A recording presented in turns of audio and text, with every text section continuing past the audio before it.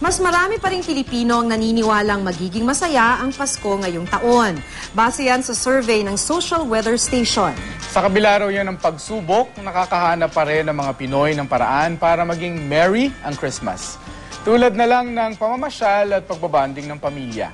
Makibalita tayo kay Erica Labiano ng GMA Ilocos. Walang imposible sa Paskong Pinoy. Kahit nga raw White Christmas, pwedeng ma-enjoy sa Pilipinas. Sa Santa Maria, Ilocos Sur, pinapasyalan ng snow farm na gawa ng mga estudyante. Mula sa mga papel at iba pang nirecycle na materyales, nabuhay raw nila ang isang atraksyon na suwak ngayong Pasko. Mga amusement park naman ang piniling pasyalan ng mga kids at Kids at Heart nitong weekend. Bukod sa rides, may mga tiyanggirin na tamang-tama sa last-minute Christmas shopping. Dinagsari ng Quezon City Memorial Circle. Kinaaliwan dito ng mga chikiting ang chemical statue na mala Santa Claus kung mamigay ng regalo. Bakit siya nakakatuwa? Kasi masaya po.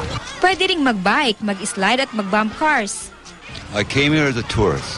The culture, the colors, and there are not a lot nicer people here than in the U.S. Entertaining the kids, making them happy.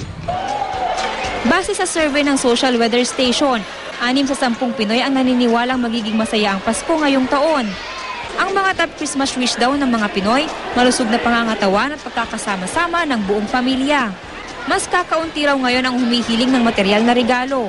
Sa Mindanao, mas marami ang naniniwalang magiging masaya ang Pasko sa kabila ng pananalasa ng Bagyong Pablo. Patunay raw ito na ang positibong pananaw ng mga Pilipino hindi natitinag lalo na tuwing Pasko. Erica Labiano, Nagbabalita, Pilipinas.